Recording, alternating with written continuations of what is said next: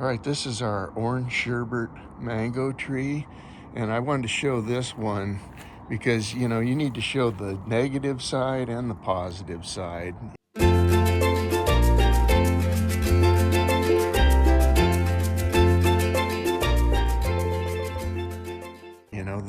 We have that Orange Sherbet Mango in the front yard that is just thriving. Like, it's just incredible. And that tree's about 7 years old, but I bought this tree after we had got the first fruits off of the other tree, and so this one's more like 3 years old, and this tree has been on the struggle bus basically ever since, almost from the beginning. And I just want to talk about what's different back here than what is going on in the front yard. And there's a few things. Over here, just 6 feet away, there's a retaining wall behind that fence. And so this is put in on top of fill dirt, and then there's just a couple of feet of fill dirt, and then under that is like a landscape cloth, and then it just goes gravel all the way down for about maybe 5 feet to a leach line. So that aspect is different. But what I believe is the biggest difference between these two trees is that this one didn't have a whole lot of mulch around it. It had a lot less. Like in the front, I piled it up several times, like 2 feet high underneath it. And this one has had very little mulch under it. And both of these trees are on Turpentine Rootstock, which is supposed to be the absolute worst rootstock for California. But I believe the reason the one in the front yard is thriving so much and this one is struggling so much is that it does not have, this did not have nearly as much chips under it. And then on the positive side, I just put down about 1.5 foot of chips, and we've never gotten mangoes on this tree.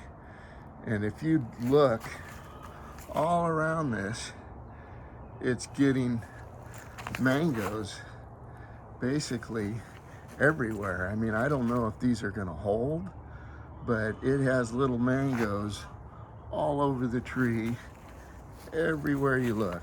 You can go around the whole entire thing in a circle, and everywhere you look, you've got little mangoes. So I really do think that those chips have really helped, and I will keep you posted on the to see if this thing turns around.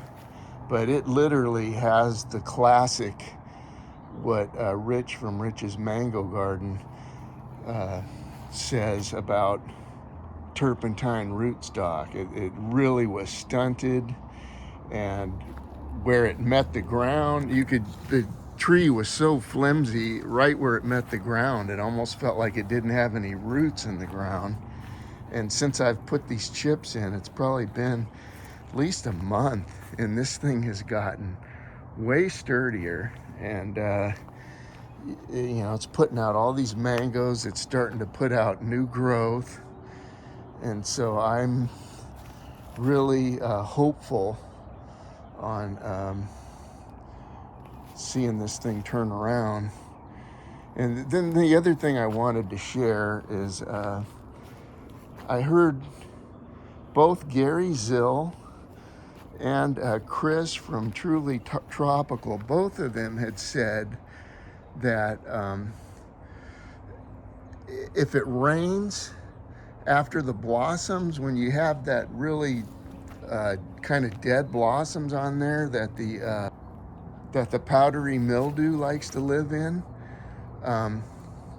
they both said if it rains after when the blossoms are like that, it tends to wash that stuff off, and it knocks the powdery mildew off of the plant. And as long as it's on the ground and not on the plant, they can do a lot better you know, if it rains right after, you know, the blossoms dry out. And I got to thinking about that, and I thought, well, you know, I have a hose, you know, I could duplicate that.